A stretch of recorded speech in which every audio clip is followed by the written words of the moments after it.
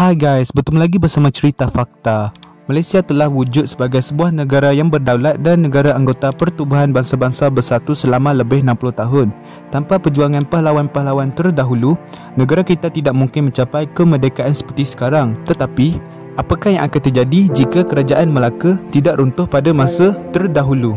Mari kita semak guys.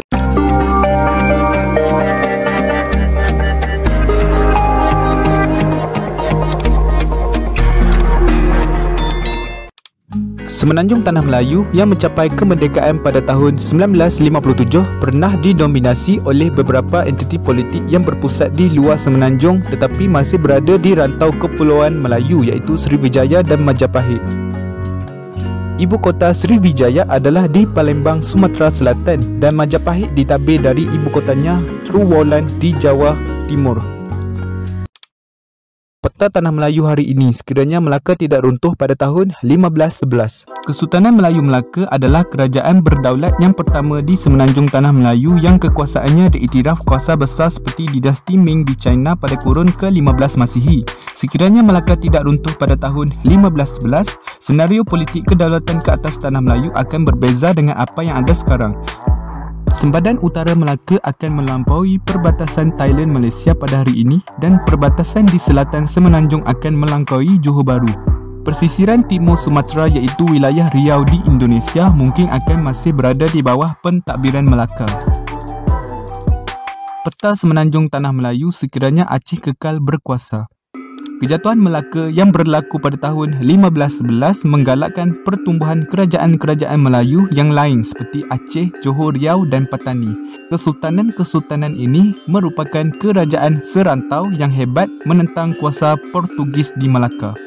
Kesultanan Aceh yang ditubuhkan pada tahun 1496 pernah meletakkan Kedah, Pahang dan Perak di bawah tampuk kekuasaannya. Kesultanan ini menempuh zaman kegemilangannya sewaktu pemerintahan Sultan Iskandar Muda pada kurun ke-17 Masihi.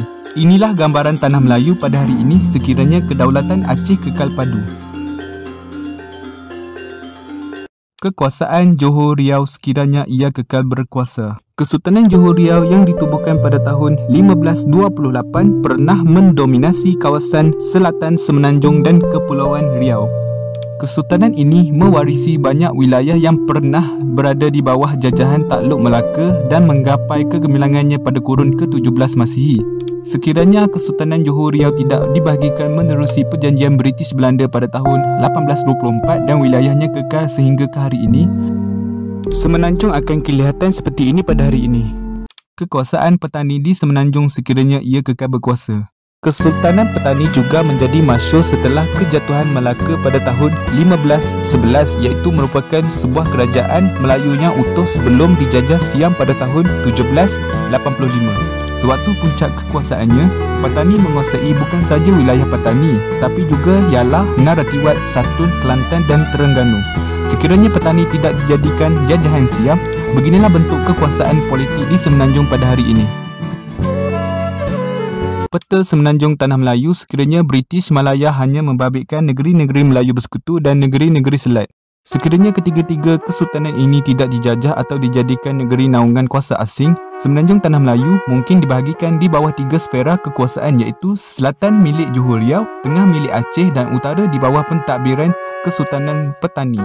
Aceh runtuh pada tahun 1903 dan Johor Riau telah dipecahkan oleh British dan Belanda pada tahun 1824. Kesultanan Johor kekal dalam Malaysia pada hari ini manakala Kesultanan Riau hanya tinggal sejarah setelah dihapuskan Belanda pada tahun 1911.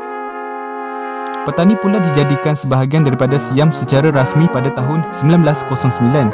Tidak seperti Belanda dan Portugis, pihak British adalah satu-satunya kuasa barat yang berjaya mendominasi keseluruhan semenanjung Tanah Melayu. Penempatan British yang pertama di semenanjung adalah di Pulau Pinang pada tahun 1786. Kemudian, Singapura diambil dari Sultan Johor pada tahun 1819 dan Melaka ditukarkan dengan Bengkulu bersama Belanda pada tahun 1824. Ketiga-tiga negeri ini dijadikan negeri-negeri Selat pada tahun 1826. Negeri-negeri Melayu yang lainnya iaitu Perak, Pahang, Negeri Sembilan dan Selangor dijadikan negeri-negeri Melayu Bersekutu oleh British pada tahun 1895. Negeri-negeri Melayu Utara iaitu Terengganu, Kelantan, Kedah dan Perlis telah menjadi naungan Siam pada ketika yang sama. Johor kekal merdeka dan ini diiktiraf sendiri oleh British pada tahun 1885 menerusi perjanjian persahabatan yang ditandatangani oleh Sultan Abu Bakar dan Sir Frederick Arthur Stanley.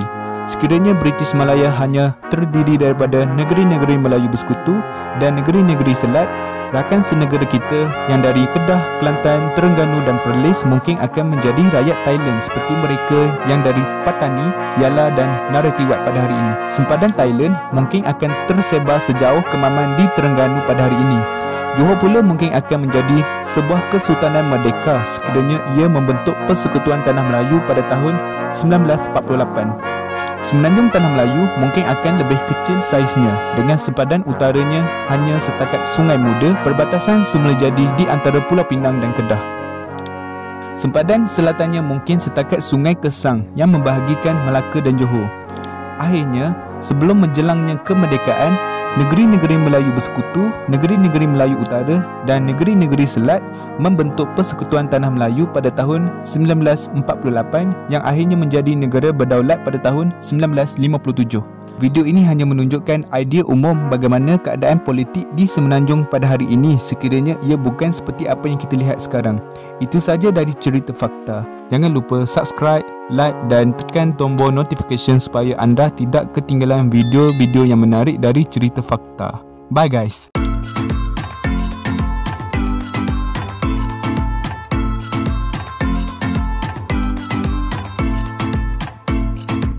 Jap, kalau guys nak dapatkan Lazizone yang rangup dan sedap, guys boleh buat pembelian melalui mana-mana link di description. Stok adalah terhad bosku.